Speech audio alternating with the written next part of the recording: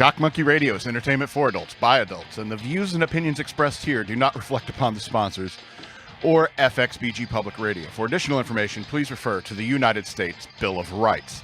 Stand warned. Don't you feel a little silly running away from a hurricane named Ian? They should give hurricanes scary names. Hurricane Darius, Hurricane Genghis Khan, Hurricane Darth Vader, Hurricane Darius? What? Darius is a scary name? Yeah. Like a great general, Persian general Darius. Oh, you say Darius, I think Darius Rucker. Darius Rucker. But you get what I'm saying? Like Hurricane Darth Vader. You know, Hurricane Tyrone who sells Lucy's behind 7-Eleven. You know, people run from some hurricane like that. You know what I'm saying? That's the whole name. That's the whole name. Hurricane Tyrone who sells Lucy's behind 7-Eleven. He's always got a knife. But that's my point. A guy named Ian will mow your lawn for you without even asking. You'll come home one day and he'll be on his ride lawnmower. He's like, oh, you know, I was mowing my lawn and I saw your lawn wasn't done. So I just went and did it. Just staying away from the wife, you know. All right. Thanks, Ian. So hopefully, all you people who are in the path of Hurricane Ian, you know, get a little chuckle out of that. It's like, this guy isn't scary at all. And hopefully it gives you guys a miss. Stay safe, take care of each other, help is on the way. Believe me, I'm sure that, Ron DeSantis has things well in hand.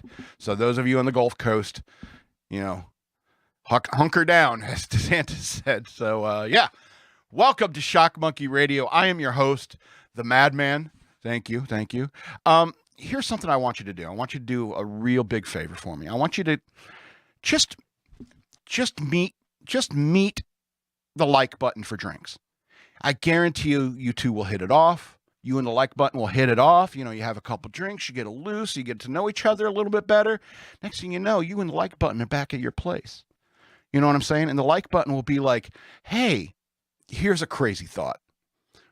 Why don't I call my friend the subscribe button to come over and we could have, a lot of fun, the three of us, you know what I'm saying?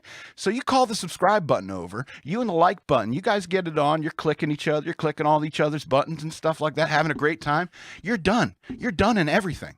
You got to hydrate, go hydrate, get some Chinese food or something, get some protein in you, hydrate again. And then, you know what? Maybe the subscribe button says to you, we need to involve Patreon in this. Let's get in touch with patreon.com/shockmonkeyradio. And then we can all become patrons. And then all four of us can have fun together. And then if things get really, really crazy, maybe you can get the Cash App. It goes hashtag Shock Monkey Radio. Get them a call. Boom. You got a full-on orgy on your hands. So I would appreciate it if you did all of that for me. I know it's a weird metaphor and you might feel dirty for doing it, but you should. Like, share, and subscribe is what I'm trying to say. Anyway, I want to talk a little bit. Wait. What? You could also clean up with pages from the books. Yes, you can use the pages from my book. Pages from my digital only books available on Amazon.com to clean up your digital mess of all the clicking of like buttons and subscribe buttons and Patreon buttons. You can use those digital pages to clean up the mess. Just look for the author Scott L. Robbins with 2 T's and 2 B's on Amazon.com. There's plenty of books. There's hundreds of pages to help clean up with there. So look for me on Amazon.com, Scott L. Robbins with 2 T's and 2 B's, or you can follow the links down in the description below. Boy, EK was all on board with that metaphor. He's like, I like where you're going with this. This is getting dirty. Yeah. I was driving the other day, heading over the studio one day, and I saw this woman driver going through the intersection. She's clearly talking on her Bluetooth device, either in the car or on her headpiece or whatever, earpiece or whatever. And she's talking, and no one else in the car with her. And as she's going through this intersection, she lets go of the wheel to do air quotes. All right, in the car alone, and this surge of anger just started welling up in me. And I talked about anger last week. So, I mean, you know how it goes. And the surge of anger swelled up in me. And I was like, I wanted to take that woman's license immediately. And then because of this happening, I was reminded of a time I was in a car accident once. I was in a passenger in a car accident with a woman driver. I'm not saying women are bad drivers. I'm saying that some women are bad drivers, okay? Just like some men are bad drivers, all right? What I'm saying is that we're about to get into an accident. We're about to hit something, and she lets go of the wheel and does a panicky handshaking thing for a second, and then puts her hands back on the wheel and still hits the object. I was so furious at her. It's like, why couldn't you keep your hands on the wheel long enough to not hit the object? All right? It's the same thing with the air quotes thing. If you're so emotive that you cannot keep your hands on the wheel while driving and talking to somebody, you should either not be driving or not be talking and driving. All right? It's so incredibly dangerous to take your hands off the wheel. And when you're doing air quotes in a car to someone you're speaking to on the phone through your Bluetooth device, I doubt they're doing a Skype chat while she's driving, and you pull your hands off the wheel to do air quotes for no one. The only one who saw those air quotes was probably me. The person you're talking to didn't see the air quotes. But you endangered your own life, my life even, other people's lives. Because you're reflexively emotive, dangerously emotive. I'm not saying it's just women who do this. I've seen dudes do this. All right, it's distracted driving one way or another. You know what I'm saying? And if you got your buddies in the car and you're all joking and laughing, and the driver's like, got his head halfway in the back seat laughing at somebody like that, that's just as dangerous. But air quotes while driving, I guess I don't understand women enough to know how important it must be to do air quotes at that specific moment. I don't know. I'm not a guy who talks a whole lot with his hands. Like, sure, a few of my videos may have my hand here in the in the what were the thumbnails, and it's like, because I do use my hands sometimes, but I don't. If I'm doing something with my hands, I can still talk, and and keep my hands focused on the task. It's kind of like playing a musical instrument, you know? If you're playing guitar or ukulele or something like that and you mess up a note, you don't throw your hands up in the air and go, oops, and then you drop your guitar. Do you see what I'm getting at? It's dangerous. That's dangerous behavior. You shouldn't be driving or you shouldn't be talking. Pick one. All right. Feeling tired this week. So if my show sucks, that's probably why it is.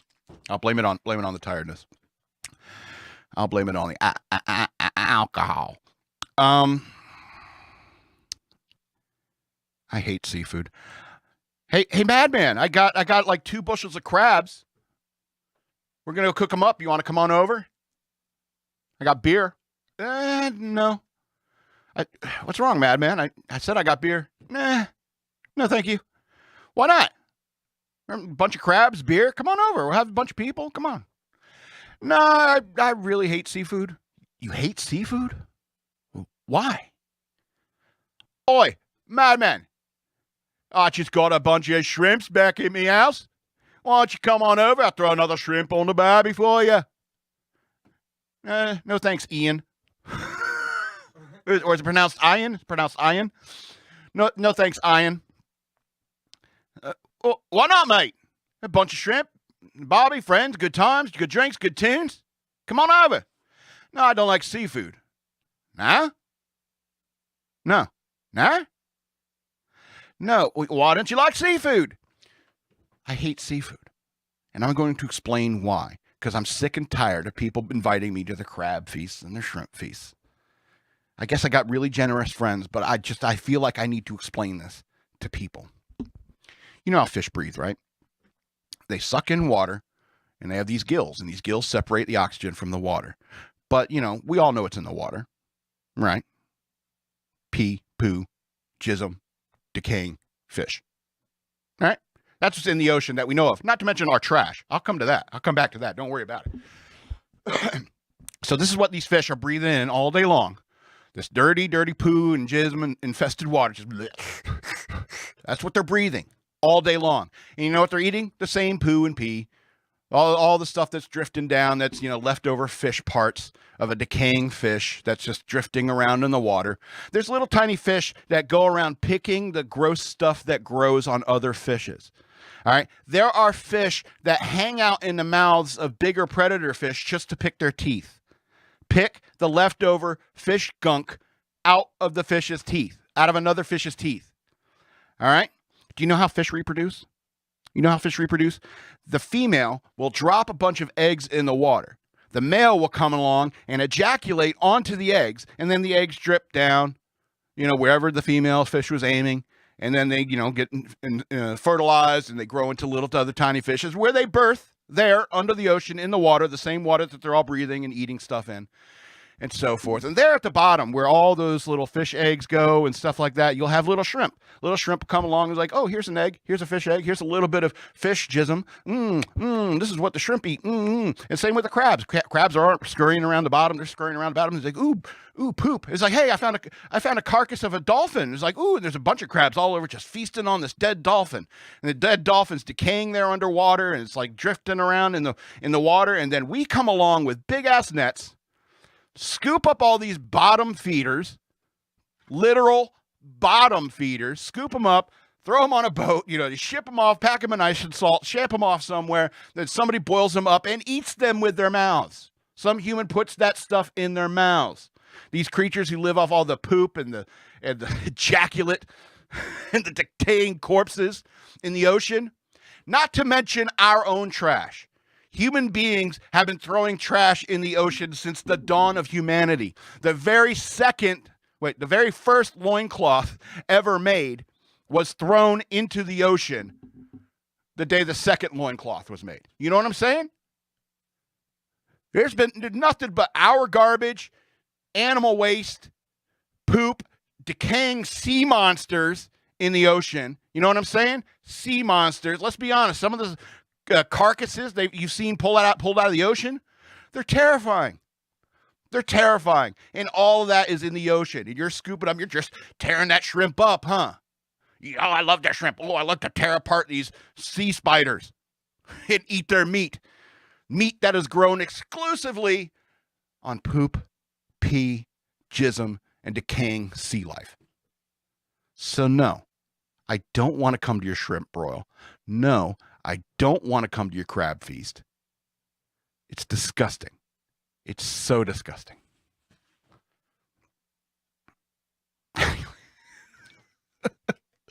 People sometimes watch a show is like, why do you feel so strongly about these trivial things? Because it makes me laugh.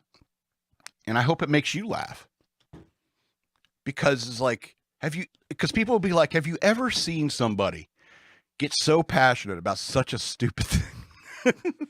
That's the point, I think. That is the point. All right, let's go on to the next segment. It's the Grand Chawhee's birthday. Did you know that? Today's the Grand Chawhee's birthday. And some of you out there are going, why do I know that name? Why do I know that? It's a name. Why am I thinking horse? Well, you'd be correct. Because I recently watched a movie again called All Dogs Go to Heaven. Why were you watching that, Madman? That's a kid's movie. That's from way long ago. There's some ethnic stereotypes. It's not a kid's movie. Yeah, it is not a kid's movie. EK is right. It is not a kid's movie. Because kids' movies back in the day were different than they are today. And I think they were kind of better back then. But my point is that there's a scene in that movie where they go to a racetrack, and the movie stars this little cartoon girl who can talk to animals, which is cute, and she's cute as hell. And it's one of those movies you need a box of tissues for. At least I do. I'm man enough to admit that. But they go to this racetrack. They need money, and so Charlie's like, "We can bet on these horses, and I'll get the little girl to talk to the horses to find out who's going to win." So the little girl goes into the stables and starts talking to these horses. There's a very shocking few number of human beings in these stables, especially for a racetrack. And so, I mean, it's kind of interesting because she starts talking to the horses, and she's asking them who's going to win the race. And so the horses tell it's the Grand Chawhee's birthday. Don't tell him, but he's going to win today. All right. And so the little girl and Charlie, they dress up in a coat, and she's standing on the dog's shoulders, and they place a bet. It's really cute. It's fun. But they place a bet on the Grand Chawhee, who is just this old, broken down old horse, and it's his birthday, so they're letting him win. So obviously the odds for him are really, really good for them. So they place a bunch of money on the Grand Chawhee, and he wins because it's his birthday.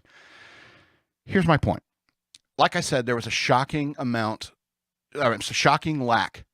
of human beings in that stables. Usually at a racetrack, and you got the stables housing the horses and stuff like that. You got a flurry of activity because racehorses, they have very specific diets and stuff like that, and they're pooping all the time. So you got people shoveling poop, you got them feeding them alfalfa or whatever those racehorses eat, and you got them being brushed and stuff like that, putting horse blankets on them, keeping them warm. They're like baseball pitchers. keep those muscles warm. You know what I'm saying? So there's a shocking lack of people in that stables. And so I think we need to find this racetrack. We need to find out exactly where it is. Because I'll tell you this, something about gambling. It's about people who gamble, especially when it comes to racing. All right. If the Grand Chawhee won a race every single day once a year, or I'm sorry, if one day every single year on the same day, gamblers would be on to that fact by year 2. You know what I'm saying? By year 2, they know about that. By the 3rd year, they know where to place their bets on that date. Okay? Because gamblers, especially when it comes to racetrack gamblers, they're the kind of guys who will get the program. They'll see the horses that are coming in. They'll make notes in the margins and stuff like that about each particular horse and stuff like that. Even record winners, losers, the trifecta, like the top horses and stuff like that, and keep track of those stats. And so if they start to notice a pattern, like the Grand Chawhee wins on September 28th every single year, they're on to it. They're on to it. Wait, madman. Are you saying we could find this racetrack and place bets? We just study it for a year and then repeat our bets or repeat the winners of the following year? Yeah, we could make a lot of money that way if we find this racetrack. And here's the thing. If they do that for the Grand Chawhee, does everybody's birthday? Does every horse get to win on his birthday? So all we need to do is find a little girl who can speak to animals, which I don't think is feasible. I don't think there's such a thing. Or we can go down to a racetrack, find this particular racetrack that never changes horses. It's always got the same horses. All right. And we could watch it for over a year and then place the same bets for over the next year. We could really clean up. But madman, that's just a cartoon. It's like you said, little girls can't talk to animals. It's like, are you sure? Are you sure about little girls not being able to talk to animals? All right, that's like the least problematic thing, if you ask me. I think there is a possibility that there could be a little girl that could talk to animals. All right, there's enough Disney ingrained in me that makes me believe that. I believe that it's possible. It's like, hey, and madman, aren't you also scared of horses? Yeah, but these are cartoon horses. So I find them less threatening because the world of watching an animated movie like All Dogs Go to Heaven is not like, Who Framed Roger Rabbit. If we lived in a world like with Who Framed Roger Rabbit, I'd be furious at whoever drew those horses, because that is nightmarish. Seriously, it's like, how I rank them. It's like horses are scary. Above that are zebras. Above that are unicorns. Above that are Pegasus, because a Pegasus, you got to watch the sky too. With everything below a Pegasus, you can just scan the horizon. Even with centaurs, which centaurs are above Pegasus, because you still have to worry about just the horizon when it comes to centaurs. But Pegasus, you got to worry about the air. But centaurs have humans on, half human to them, and so they're just as dangerous as humans. But they're also pissed off at the entire world because they're half horse too. And then that's kind of like the hierarchy of fear. And then above that is like Mr. Ed, a horse that can talk. That's terrifying. Above Centaur is a Mr. Ed, a horse that can talk. And above Mr. Ed are living cartoon horses. All right. And then ranked by order, Pegasus, unicorn, whatever. I have a list somewhere. But no, I'm not scared of cartoon horses, And so in fact, I find them quite endearing. I really love the Grand Chawhee. I hope he enjoyed his waffles. I wrote that note when I was drunk. Enjoy your waffles, Grand Chawhee. I don't know why I did it. So if you know why, say something in the comments, because I don't know. And like EK said, All Dogs Go to Heaven is not a kid's movie. You deal with death like almost immediately in the movie. And so because Charlie dies at the very beginning of the movie. And he, cheats death and rewinds his watch and gets to go back to Earth and, kind of redeems himself. And, but even though he didn't need to, which is interesting, and that's kind of the point of the story is that, it's like even because Charlie's not exactly a good character. He's not a good dog, but, this girl softens him over time, the little squeaker, and you start to understand and that's kind of the redemption story of All Dogs Go to Heaven, is that Charlie may not have been a good dog, but he certainly was by the end of the movie. And so that's the point of the title of the film, All Dogs Go to Heaven. I wonder if that counts for wolves. You think wolves make the cut and go to heaven? I don't know. You ever seen a pack of wolves can really tear apart a human being? That seems borderline evil. I don't know how it works in heaven, but I do think that All Dogs Go to Heaven. Why are you watching that? It's a kid's movie.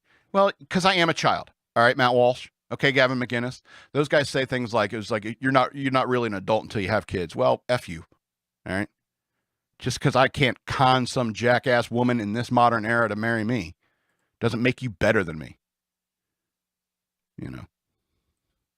But I am a child. 45-year-old child.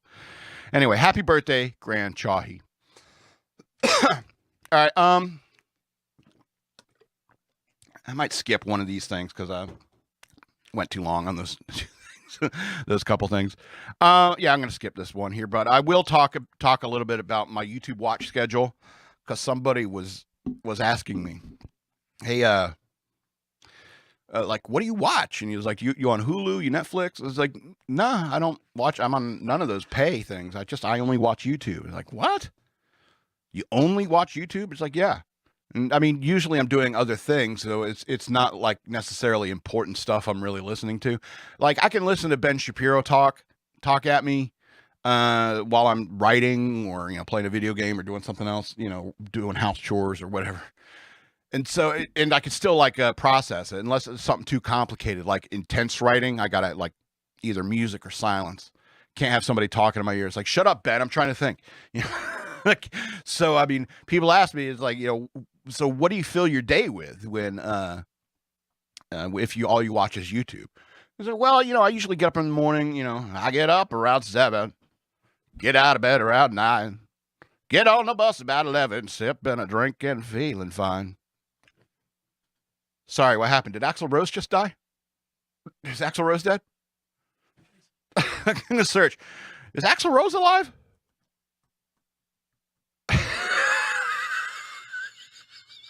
It's the second thing that popped up. You want to know the first thing?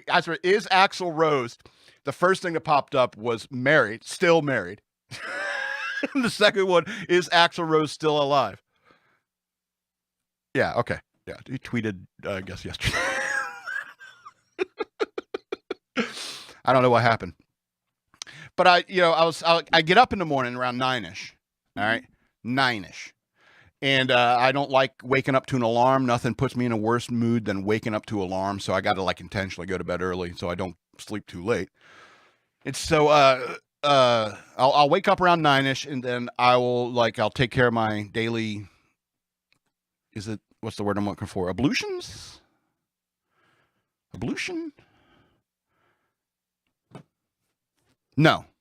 I was thinking about it. I poop. I do my morning. I have my morning poop, and then I wash my hands and everything, and start making cigarettes. I make my own cigarettes. It's cheaper and they taste better. And so, as I'm making my cigarettes, usually that's when around the 10 o'clock hour comes around, and that's usually when I'll start my schedule. If I wake up at 9, I start watching something. It's usually something like mystery or ghost related or something like that. It's the kind of stuff I watch right before I go to bed. But in the morning, I usually watch whatever I want until around 10 o'clock where I'm waiting for Steven Crowder. And Steven Crowder usually starts between 10 and 10:30 a.m. And I'll watch Crowder while I'm finishing up making my cigarettes. Then like after Crowder ends, it's like 11:30. 11:30, that's when I'll like either like do a lunch, the shower, do some chores if I need to do them. Until about, depending like how long all that takes, I usually get back to like my laptop station, like my workstation, if you will, around like 12:15, 12:30, and get all that stuff done, and then I'll like jump into Michael Knowles' podcast, which I don't like that guy. He's on my side and everything. I agree with a lot of what he says, but I don't like him. I just don't like him. It's like I was watching Tim Pool last night. I'll come back around to this. I was like IRL, Tim Pool IRL last night, and I was just Luke Rudkowski was on there, and I love him. I think he's great. I like him way better. I like Luke Rudkowski. At Luke We Are Change on Twitter. I like him way better than I like Tim Pool, but I do like that Tim Pool is sometimes a dick, and frequently. I kind of it's I don't know. I find it easier to trust somebody if they're a dick every now and then. I don't know what it is. I don't know. It makes me feel like, oh, okay, you're a weak human being just like me too. It makes me feel better. And so so I like Luke more than I like Tim Pool, but Michael Knowles is the person I like the least at Daily Wire. And so and then after Michael Knowles is Ben Shapiro, and then Matt Walsh. I watch those back to back, all back to back, and usually in that time I'm either writing, playing video games, or something. And so around 2 to 3 is when Matt Walsh show is on. It's like he's on right now. And 2 to 3, and after 3 is usually I got something else to do. I got other things I need to be handling. So I tend to listen to like podcasts as I'm running my errands, doing my work, and so forth. And lately I've been listening to Dr. Jordan Peterson's lectures on the psychological impact or reading of the Old Testament, of Genesis. I mean, that's what I've been listening to lately. I've listened to those podcasts over and over again because there's constantly something I could pick up on every single time I listen. So anyway, and that's usually what I do while I'm working. Usually when I get home around 8 p.m. and that's around about the time where Timcast IRL comes on, and I watch Timcast IRL, and that's usually the last thing I watch. That's like scheduled or daily kind of stuff for the night. And I'll watch Timcast IRL, and I'll try to be nice about Ian on the show, who tried to use his magic to disperse the hurricane, but shockingly, it didn't work. Apparently, D20s have no sway over a hurricane. Amy Klobuchar thinks that, the way you vote will. But anyway. And that's usually what I watch. And then, like, at night while I'm trying to go to sleep, I'll watch, like, ghost videos. I like Slapped Ham YouTube channel. Just something to make me like fake nonsense. Ooh, what could that be? It's probably fake though. While I'm going to sleep. So somebody wanted to know, is like, what the hell do you watch? And then there's the weekends. The weekends when there's no Crowder and there's no Daily Wire shows. They'll put clips up and stuff like that, but usually it's stuff I've already seen anyway since I watched the show. And so I don't watch many of their clips. I don't watch many of Tim Pool's daily clips. And if I do, it's usually in the breaks between, like, when Ben Shapiro finishes his show and Matt Walsh starts his show. I'll take 15 minutes. I'll watch like a video Tim Pool put up on his channel that has a headline I'm interested in. And I'll watch like 15 minutes of that until I get the alert that Matt Walsh is coming on. Then I'll switch over. Anyway, but on weekends, there's a channel called YouTube Movies where they put up free movies with ads and stuff like that. So, I mean, I know, people I was just talking to my sister about how YouTube fudges with the numbers, my videos and stuff like that. But I mean, I really do like the rest of their services. I'm real mad about the algorithm and all that. But I mean, I do think YouTube is a good program. It's a good website or whatever. And they have a lot of features, and they're able to do it because of the ad revenue and stuff like that. I just wish they wouldn't muck with the metrics. Anyway, enough of that rant. I'll save the last part for later because I do love you liberals, and I want to talk about that. And that's what the title of that was going to be, but we'll skip it this week. Instead, we'll go into the news worth knowing.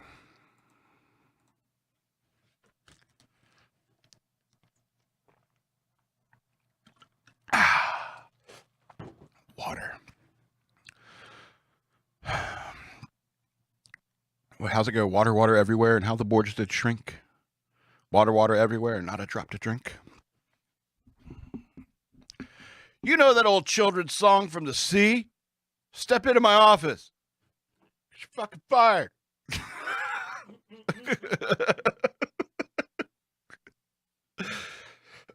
Anyway, I was talking about Hurricane Ian, and it doesn't look like he's coming to mow anyone's lawn.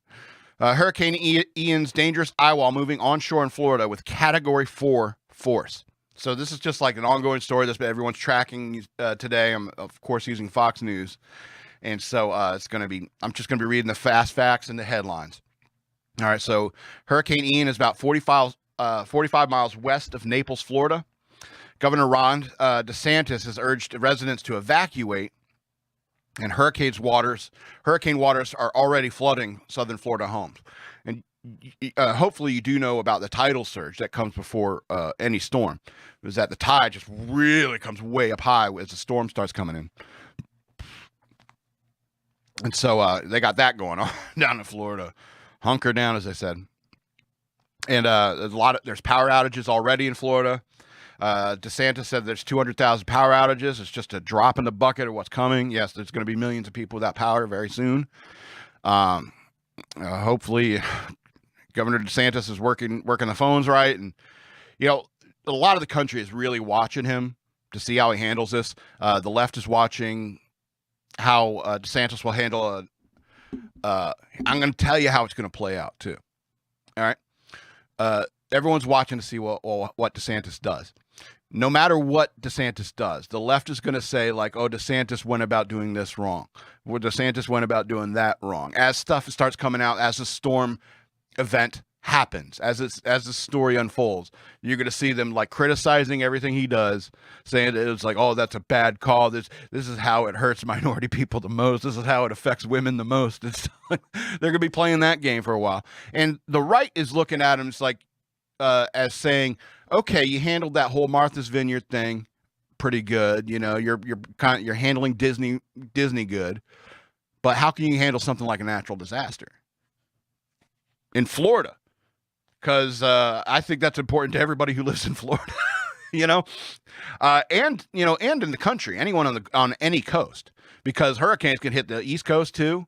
I guess, are they typhoons or hurricanes on the West Coast? Are there typhoons in the Pacific? I think I don't think they ever go through, because of the prevailing westerlies. I don't think they ever go through like the West Coast, but the East Coast and the Gulf Coast always in danger every year of hurricanes and stuff like that. And so that's why even at a national level, you know, a president who's from Florida, who's good at dealing with natural disasters, you know, could be good for the country, because there's a lot of Gulf states, there's a lot of Atlantic states. Anyway, so yeah, it's like, and so DeSantis is saying that, like, power outages are going to be going up. He's got more than 42,000 linemen and other personnel standing by, ready to restore power in 30 areas across the state. They're probably by county, I suppose. Yeah, they're probably distributed by county. Yeah, so let's go to Border Patrol. What does this have to do? Oh, Border Patrol rescues 4 Cuban migrants after boat sinks off of Florida as the hurricane wallops the state. My goodness. They want to get in this country so bad, they're like, screw the hurricane. That's how great our country is, ladies and gentlemen. They're like, screw the hurricane. The hurricane will help get us across. We get in the hurricane, we end up in Kansas. I read it in a book somewhere, I think, or a movie. That's how it works. You go up into the hurricane and you come back down in Kansas. That's how it works. You got to talk to a witch or something like that, and a wizard. talk to a lion. Anyway, but eventually you get put back down in Kansas. That's how good our country is. It's like people they're saying, there's a hurricane going through there. Screw it. Let's make a beeline for the U.S. I mean, it's a testament to how great our country is. But I mean, we got to be honest about what we're doing with all these immigrants. Anyway, so Biden is to visit FEMA headquarters on Thursday for a briefing on Hurricane Ian. Seems a tad late. Does it not? It's supposed to hit tomorrow. He did say brief. Yeah, he does say brief because he probably got to get back to his nap. Anyway, 23 Cuban migrants missing after boat sinks due to inclement weather. Jeez, you see what I'm saying? They want to get in here bad, especially from Cuba. That's Cuba. That's communism. That's what you people are pushing for. All right? All these Cuban refugees that escaped Cuba and they come here, they're furious at Democrats. It's like, are you trying to turn... I just got here. Are you trying to turn this place back to where I started from?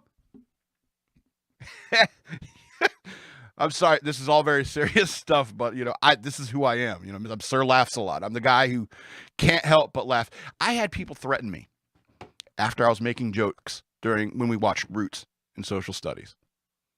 All right? I got death threats in high school because I was cracking jokes during Roots. Doesn't mean I don't understand the movie. Doesn't mean I can't take something seriously, but generally I can't. Humor is a pressure valve to relieve ourselves of the pressure that we put on ourselves and the world puts on us, and the terrifying notions of a hurricane coming to town. You got to sit there and look at it as like, isn't this a dumb name we're running away from? Screw you, Ian. I think I've seen like people painting on like the sides of their houses with the boards they're putting up to protect the windows saying, go home, Ian, you're drunk. They're straight up treating Hurricane Ian like a Florida man. So, hey, why not? All right. How much is Disney going to lose because of the storm? Who cares about that?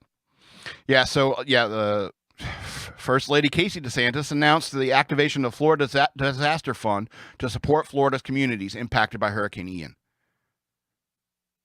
Excellent. Excellent. That's how it should be. A team. Anyway, so thoughts and prayers for all you people in the path of Hurricane Ian. Look out for each other. I mean, I have friends and family that are down there in Florida too. I'm sure you do know some people down there as well. All right. When Hurricane Hugo was threatening the East Coast, when I lived in Georgia, we had to evacuate. And I remember thinking, it's like, if that storm comes through, we're right there. Our houses were right there on the marsh, like right next to the marsh. And when that tidal surge would have came in, which it didn't, everything I owned would have been destroyed. I mean, it was serious. I had to put my comic books like on my stereo, like 4 feet off the ground. And even then I was like, it's possible that those comic books are going to need to be destroyed anyway. Luckily, the hurricane hit the East Coast further north from where I was living, and we were safe. But I know how scary that is. Yeah, I couldn't imagine what it's like to actually live through, all your property being destroyed.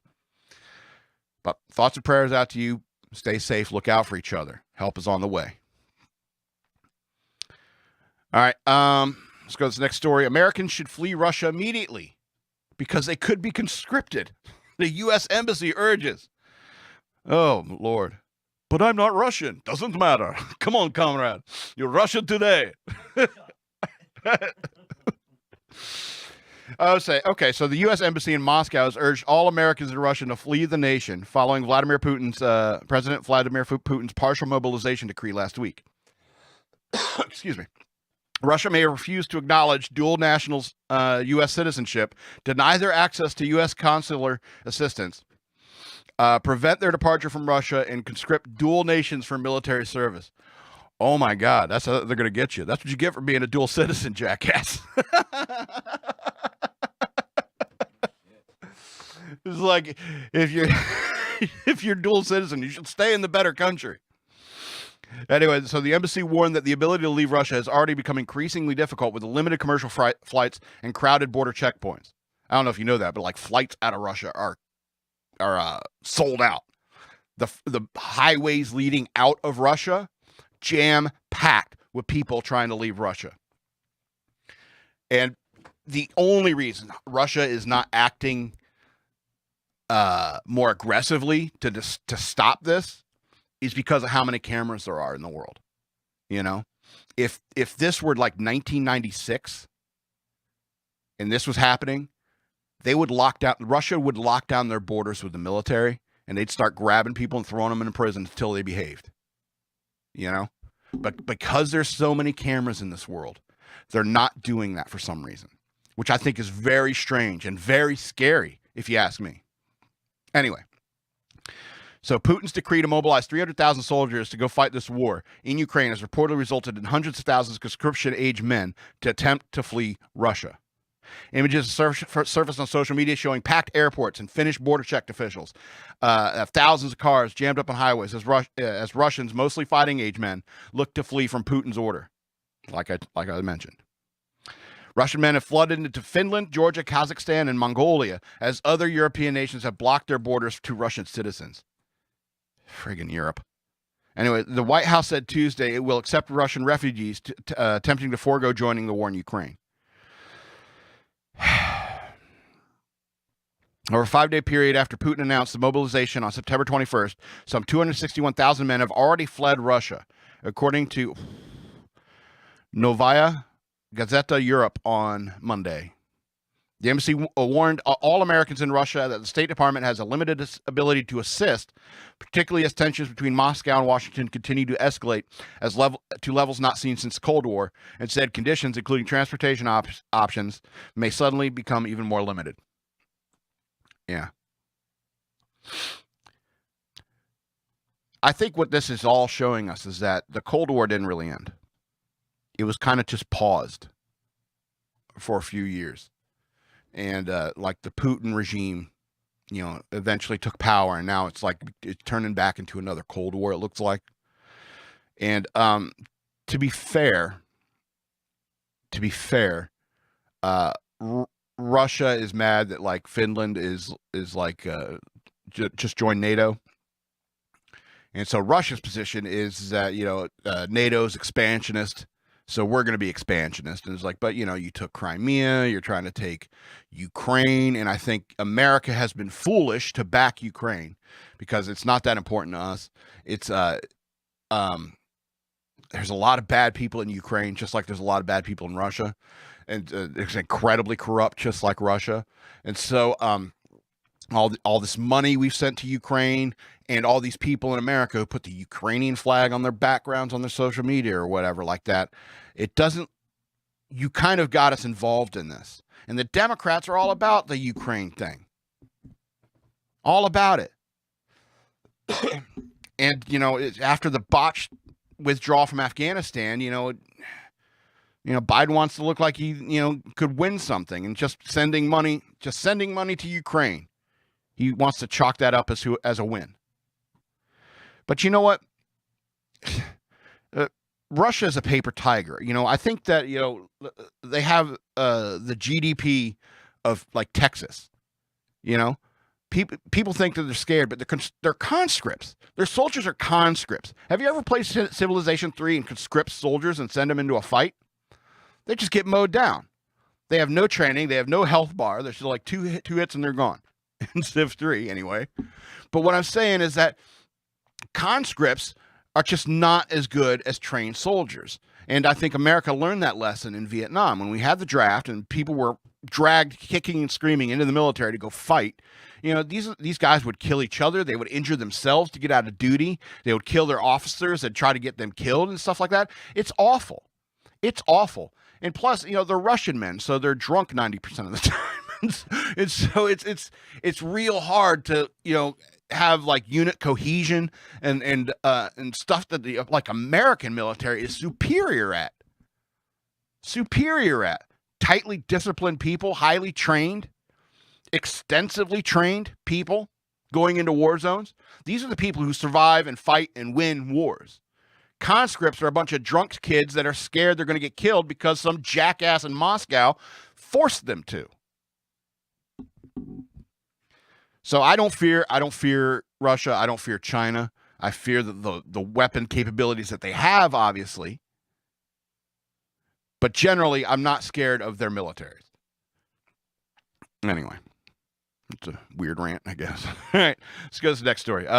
Virginia Governor Youngkin defends transgender policies after student protests. Parents will not be excluded. So closer to home here, Virginia Governor Glenn Youngkin defended his new draft policies related to transgender students in public schools on Fox and Friends Wednesday, saying that the rules will protect the dignity, privacy, and safety of students.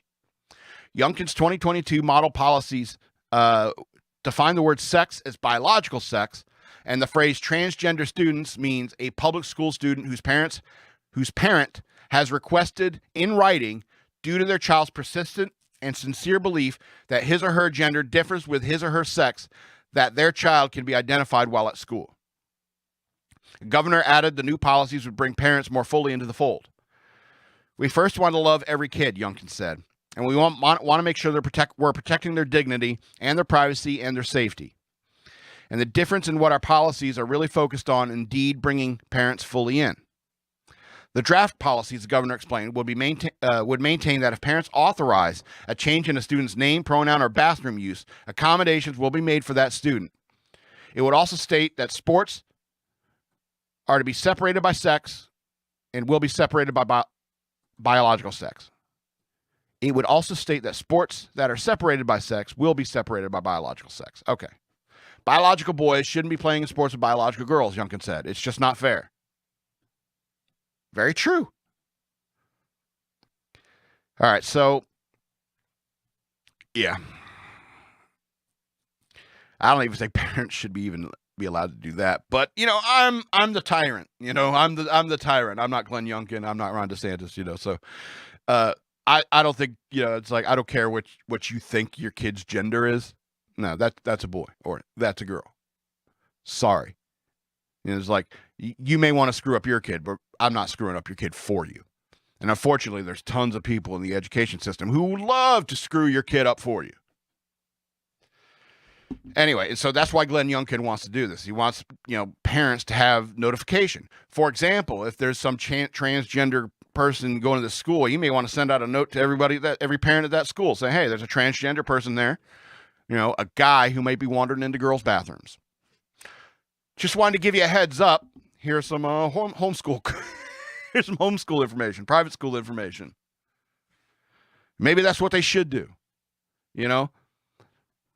Because, I think all this transgender stuff is nonsense. If you're an adult, if you're over 18 years old, you want to go off and chop off parts of your body, fine.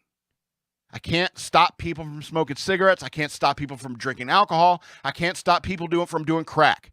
All right? But as an adult, you can go do your own thing. I don't care.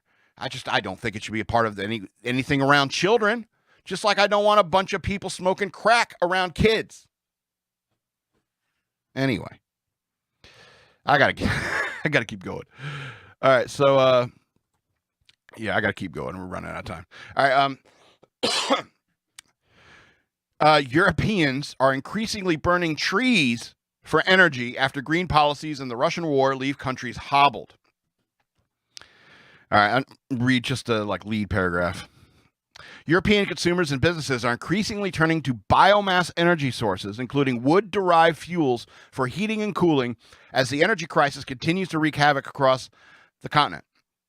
The shift to biomass energy, which also accounts for the majority of renewable energy generated in the European Union, has come as the Ukraine crisis disrupts energy supplies and alternate forms of energy production fall short, according to Bioenergy Europe, a leading industry group based in Belgium.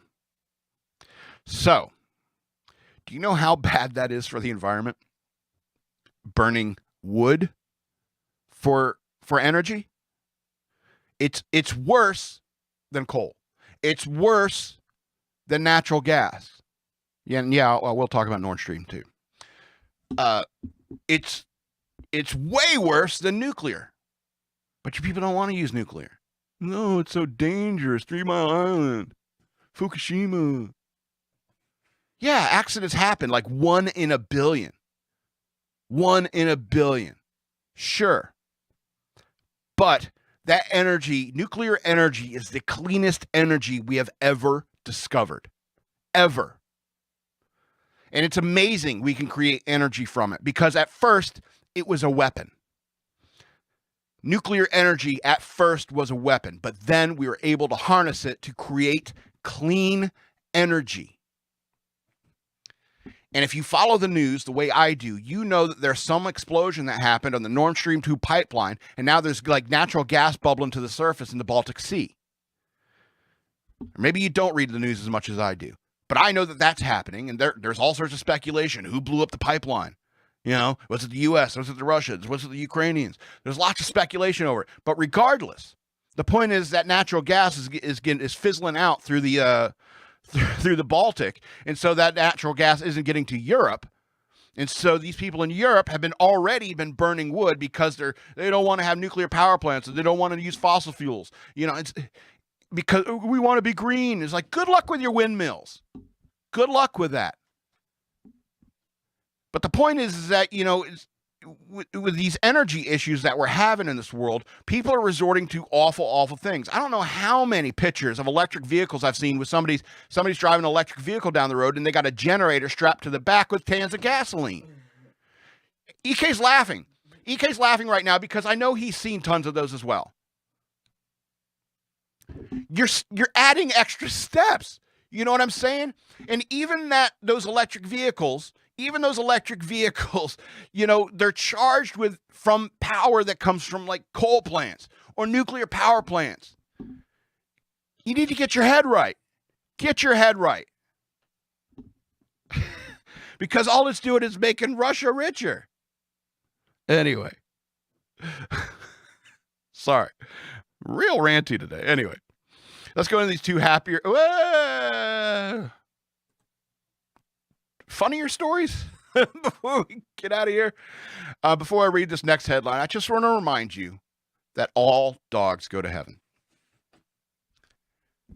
Montana woman shoots, skins Siberian husky she mistook for a wolf. Ain't that some shit? Oh, man. That is what we in the D&D world call a critical failure.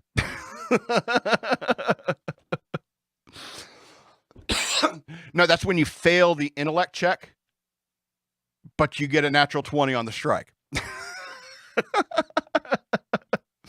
A Montana woman who shot and skinned a Siberian husky she mistook for a wolf on a hunting trip and then posted the gruesome pictures on social media has sparked outrage and a police investigation. Ooh, Lord.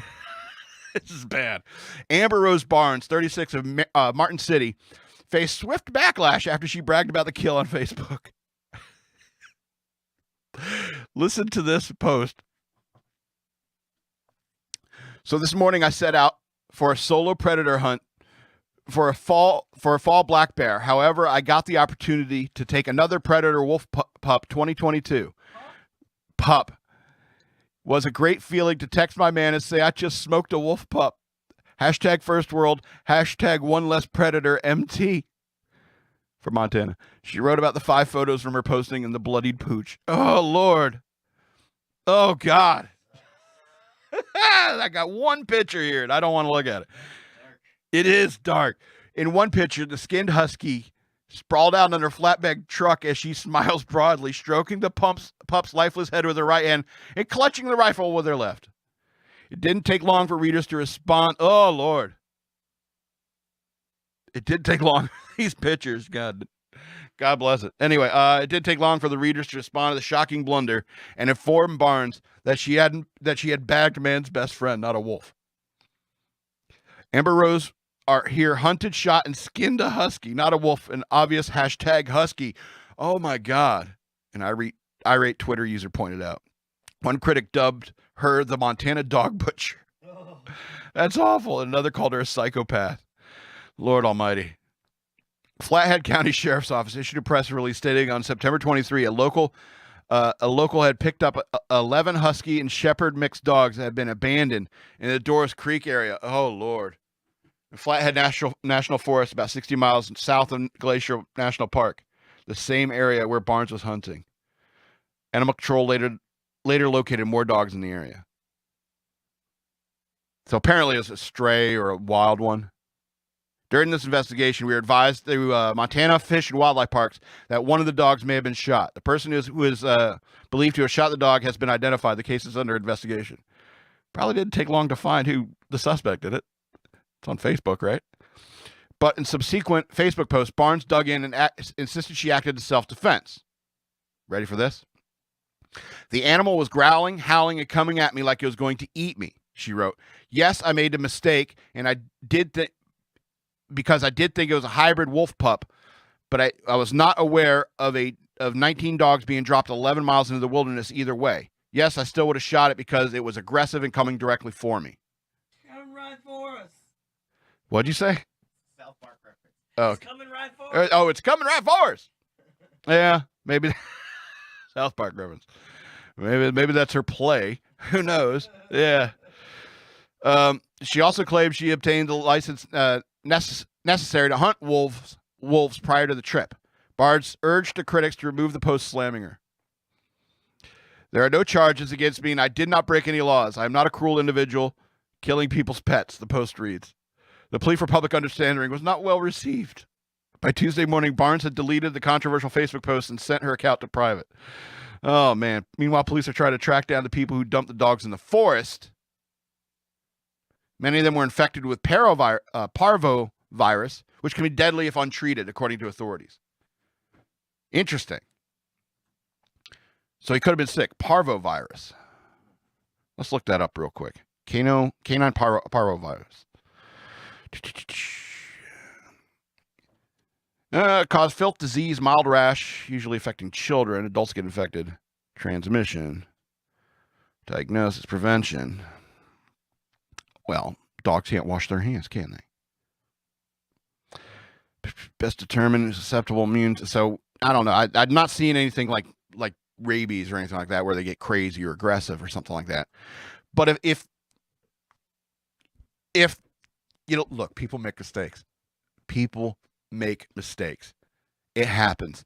And if it's true that the dog was coming right for us, and she really had to defend herself, I understand that, because if those dogs, like for example, were sick and abandoned and living like out in the woods for a while, like on their own, they could have become feral. They could have become wild, in that time, because that happens to domesticated creatures. If you set them loose, they'll become wild. They'll become feral creatures, feral and dangerous. People make mistakes, and I will say this about Siberian Huskies: they're probably the cutest dogs God ever made, and so I think that's a big reason why a lot of people are mad about this. If it were a pug, I think there'd be fewer people mad about it. What's like a Chihuahua, like a really ugly Chihuahua? But I don't know how. It's a Chihuahua. It's coming right for us. It's like it's a wolf. I don't think you couldn't pass off a Chihuahua as. I thought it was a wolf. It's like nobody's going to believe you. But a Siberian Husky, yeah, you could believe that. They kind of look wolf-like. And like she said, she thought it was a hybrid. She thought it was a wolf. She killed it. She skinned it. Yeah. Whoops. Accidents happen. That doesn't make her a psychopath. She doesn't need a serial killer name. You know what I'm saying? All right. People make mistakes. And just remember, all dogs go to heaven. I'm not sure about wolves, but I'm sure. But this was a dog, so it went to heaven. All right, one more story, and then we're out of here. Cleveland auto mechanic becomes a doctor at age 51 and inspires others to pursue their dreams. I love this story. Dr. Carl Allenby's story is different from most people's stories. Allenby's journey began to a physician, started with a dream as a child in East Cleveland, something he never got even when he opened up his auto repair shop. Quote, while thinking about the things we hold dear to our hearts, I think our health, our family, and our friends, and our cars rank high on that list, Allenby told Fox News Digital in a recent phone interview. When any of these fail to suffer a loss, emotions run high, as well as we know we can be turned upside down. But the journey for him, from a longtime auto mechanic in Cleveland to a dedicated medical professional, was far from easy. Allenby's family moved to the small suburb of East Cleveland in the mid-'70s because it was one of those few areas where his parents could afford to buy a home.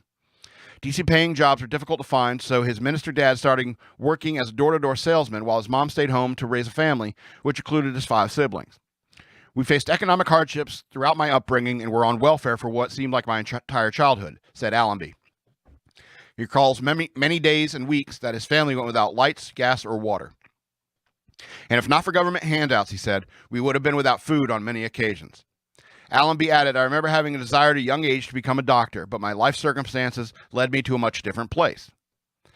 He also told Fox News Digital, as you can imagine, the situation my family and others in the neighborhood faced led to significant despair. While I'm sure our teachers at the school tried to educate us as well as they could, the multitude of challenges a lot of us faced made our educational aspirations secondary to the fulfillment of our basic needs. He went on to say, from my own experience, it's difficult to focus on your education when your mind is filled with challenges outside the walls of the school. Food insecurity, safely making it to and from school, affording decent clothing and basic school supplies, or just trying to fit in took precedent over studying and getting good grades. Wow, that's a very insightful. Allenby also said that the trajectory towards medicine and other white-collar careers takes a constant focus on education, exposure to the desired occupations, enhanced curricula, and having representative examples to model oneself after. All these things were either non-existent or unreachable, he said, under the circumstances when he was growing up. My saving grace, said Allenby, it was our strong family structure. My siblings and I always stuck together and weathered our hardships as a team. He said his parents always taught us the value of working hard for what we wanted and never giving up on your dreams, no matter how improbable. Most importantly, he taught us to treat people fairly with dignity and respect. Allenby focused on survival and for the moment put his childhood dream on the back burner, but not forever. During high school, Allenby got a job at a local car parts store and began doing repairs and maintenance on the side. Then, after working multiple menial jobs and barely making ends meet, I took a chance on something that I was passionate about and started my own business, he said about going into the auto repair business. He opened his first shop at the age of 19. Isn't that crazy? That's awesome. Hard charger. Quote, in a sense, I started Allenby's auto service mostly out of desperation and necessity, he said. But it grew faster than he imagined, he said, as did the challenges of being a small business owner. After a period of time, he needed a change, so he became a student at night while continuing to work his day job. He first enrolled in Ursuline College in Pepper Pike, Ohio, starting in 2006 when he was 34. Originally, he hoped to get a business degree, as MedPage Today noted of Allenby. But he was required to take intro biology as a course and second to last class to complete his degree for the Association of American Medical Colleges noted. Learning about some of the incredible basic functions of the body reminded me of my childhood ambitions to become a doctor, Allenby told Fox News Digital. He fell in love with it again. That's great. So in 2010, Allenby started to take pre-med classes at Cuyahoga. Forgive me, I don't know how to pronounce that. Cuyahoga Community College in Cleveland. He was always infatuated with the way things worked. The human body seemed to be the most complex of anything I ever encountered, which always fascinated me. Yes, it is.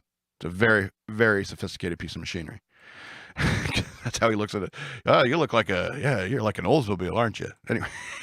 He became active in volunteer work too? There's no question mark at the end of this, period. After my decision to pursue medicine, I started volunteering at a hospital in the Cleveland area. Initially, I worked at a pediatric ward of immunocompromised children, providing activities for them. So this guy's an American dream, American hero, right? So I read this the headline of the story. I'm going to end now. We're over a little bit. But I read this story and I was thinking, my dad came to me. He's like, I think I'm going to I want to get my degree. And I was like, yeah, go do that. And he's like, but, I'm going to be like, I'm going to be like 65 and just getting my bachelor's degree. And I said, well, you're going to be 65 whether you get a bachelor's degree or not. So, you might as well get a bachelor's degree. And then he went and got his bachelor's and then he went and got his master's, and so, and this guy You know, it's like you're going to be 51 sooner or later. You know, it's never really too late to give up on your dreams. And so I think that's the message of this story that I took from it anyway. It's never too late to work on your dreams. I mean, even when I joined the Navy, you know, I went and talked to the people in the Navy. I talked to them and it was like, what do you want to do? And I was like, I want to be a radio DJ. I want to be on the radio, talking on the radio. And this was like 1995, 97. And so, well, you know, we have this job called radioman. It's mostly computers and stuff, and it's not talking on the radio, but hey, it's called Radio Man. You want to be a man, don't you? On the radio. So, you know, they got me into that. And, you know, I ended up working in computers and communications and stuff like that. So it wasn't really, you know, what you're watching right now. And, you know, so, but, you know, I worked at that for a while. I got out of the Navy and worked in the same field for a while. I realized that, you know, I need the creative outlet that, you know, talking on the radio would have given me. Boom. You know, I moved on. I started writing books because I've always wanted to be a writer as well. I would love to be a famous writer. I would love to have like a Nobel Prize for literature. You could, I suppose, if you wanted to, you know, read some of my books and, you know, suggest me for a Nobel Prize in literature if you wanted to.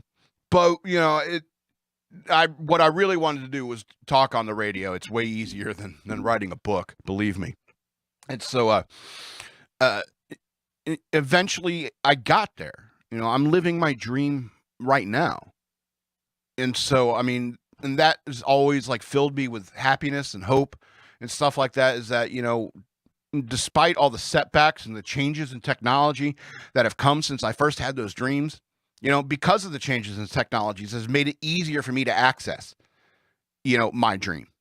And I think that's what I love about the internet. That's what I love about the modern era and stuff like that, is because if technology had stayed the same throughout my life, I never would have got on the radio, because very few people got in that business back in the day.